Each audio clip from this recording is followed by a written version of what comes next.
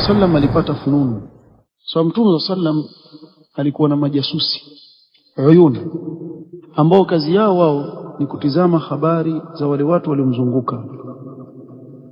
Na hili jambo ni muhimu sana katika kila serikali. Kuna baadhi ya watu akisikia ile serikali kuna jasusi watu wabazo. Serikali gani ya mpumbavu itakuwa ina jasusi? Yani mijitu ilale tu ingoje watu waje wavamie tu. Serikali gani duniani yaweza kusimama bila majasusi? So mtu fanya yategemea sasa jasusi afanya nini? Ikiwa peleka habari za uongo sasa mambo mengine yake.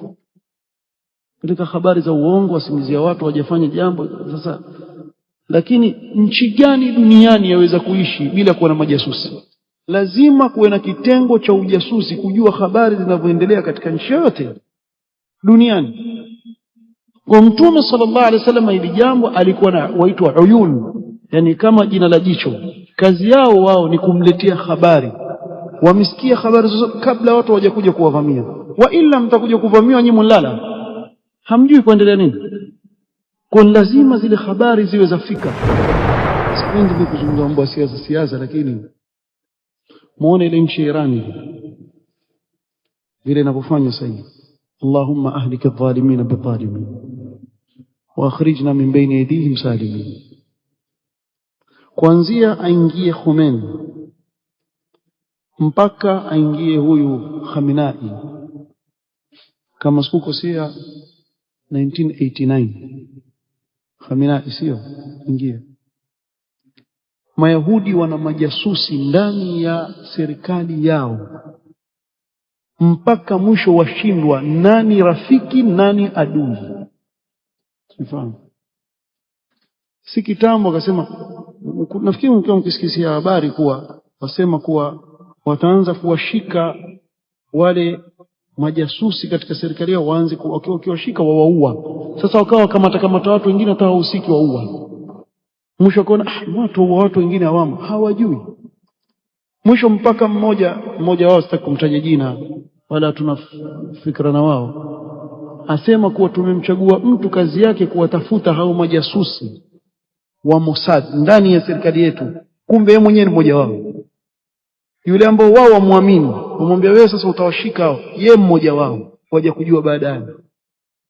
Sasa hata usishtuke leo waweza kuuawa 40 kwa dakika moja katika watu wale wa juu kabisa. Wamejuaje kuna mkutano, watakutana mahali fulani, time fulani, kila kitu. Wasema wenyewe twajua mpaka suruali ya ndani anayovaa Khamenei rangi gani.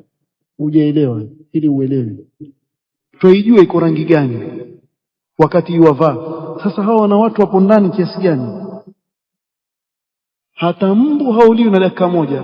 Wewe ukipewa mbu 40 uweze kuoa kwa dakika moja kwa kwenye chumba. Hata ukatumia dumu utaka kama dakika kadhaa, sio? Watu wanauliwa kwa dakika moja tu. Usha fagia wote. Fagia mbali, alhamdulillah. Faquti'a dabiru alqawmi alladhina zalamu walhamdulillahi rabbil alamin. Usha. Na pia Allah jalie wafe wote. Hatuna maslahi na wao. Majambazi, the 40 thieves na kuzacha. Sisi tufunge nyumba yetu tuingie tulale. Waacheni wapambane huko. Lakini hili jambo la watu kununuliwa, nyinyi mnao mifano. Nasema sipendi kutaja mfano kama hii, lakini mna mifano katika ulimwengu. Yaingiaje akilini kwako rais wa nchi analala kwake aje kuchukuliwa yobebwa?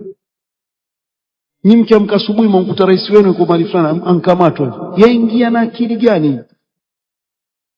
Kuna watu wako hapo ndani katika nyinyi ndio walofanya habari hizo. Oe njooni basi. Wewe wamlipa pesa ngapi wewe? Wao wamwambie sisi tutakulipa mara 100 hivi. Na tutahakikisha umetoka katika hiyo nchi, hutokamatwa, tutakupa pasipoti ya nchi fulani, kila kitu utahifadhika wewe na familia yako na kila kitu.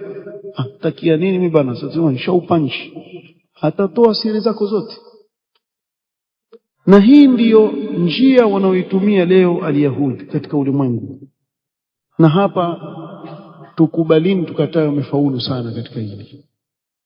Katika hili sikwambii simu zenu mnazozitumia, sikwambii kitu gani, kila habari watu wanayo, kila kitu.